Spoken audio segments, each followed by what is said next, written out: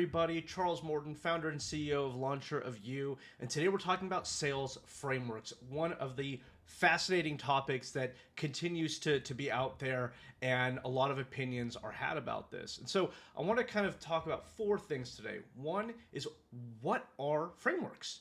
Why do they matter? How they work? And most importantly, where you should have them across your revenue journey. And I'll give you at least my interpretation of what we prescribe for our customers on both the net new side and the post-sale side. So let's get into it. What are frameworks? Well, frameworks very simply are a way of going about doing something in a consistent fashion that is going to lead you to a result that interaction is supposed to drive. And so within that framework goes a lot of things. And so I'll give you an example. Let's take a cold call.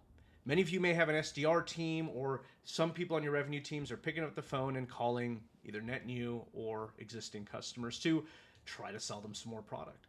And when you do that, if you've made thousands of these, you probably know the things that work and the things that don't. There are kind of a set list of things that are generally accepted, like an open and a question and a hook and a next step and some stories and objection prevention and objection handling and all these different types of things. But whatever works best for your organization, it's important to know that. So for example, if your most effective cold callers and the outcomes of those calls are in a framework that is an open, a question, a hook, a differentiator, and then story and a next step, then you should document that. And what do each of those require to be good at it? This is how you build skills. And so a framework helps us organize an interaction so that we stay on track. So that as we go through the pieces, we build confidence. We make sure we uncover all the information that's required, that we create the experience, not just that we want for the customer, but they need and deserve as they look and explore solutions like ours. And so frameworks really help you assess how good your team is, how consistent they're being, and how understanding you are of what your customer needs in order to convert across your sales stages and your customer journey. And without frameworks, getting into why they matter, without them, you can be throwing 17 different things against the wall, not knowing which in particular is really working, not having that compilation of successes. Because having these frameworks, understanding these principles, is what allows you to actually build a sales playbook. The sales playbook is the encyclopedia of your frameworks that go through your customer journey based on role and based on situation. So how do they work? Well, it's really simple.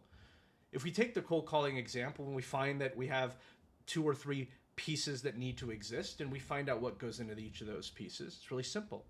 Write it down. Put it on a Google Sheet. Make them in fields into your CRM.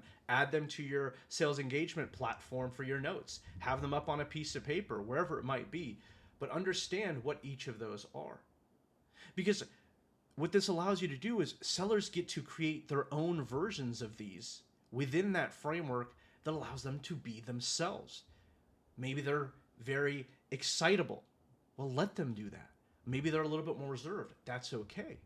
Maybe they're very intentional and slow to speak. Maybe they ramble and ramble. Either way, this allows you to kind of bucket some of those individualities and still allow them to be present while they create the outcomes that you need following a framework. We've been using them for decades and they work exceptionally well.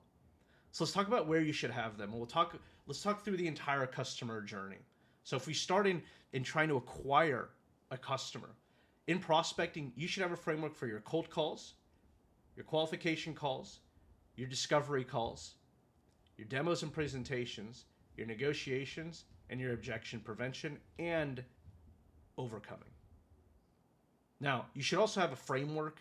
I don't know if you would call it a framework, but a pretty damn good set of processes for handing off an account to your post-sales team. But once it gets into post-sales, you should have a framework for onboarding. You should have a framework for training methodology. You should have a framework for running your MBRs and QBRs. And you should have a framework for your upsells, renewals, and cross-sells. Because when you do that, it signals to not just your customers that you know what you're doing, that you've been here before, and you understand how it's supposed to go. But imagine all the new talent you bring in for being able to answer the number one greatest question that I wish more salespeople would ask in interviews, which is, how do you guarantee that I'm going to be successful here? What do you have? How well do you know your organization that you figured out what works here and what doesn't? as many organizations are still searching for this and tend to be on this journey for a long, long time. Frameworks are a great answer for that. So go out and build them for yourselves. And if you struggle in doing that, reach out to us. We got a ton of resources to share on this, and we'd love to help you build them for you and with you.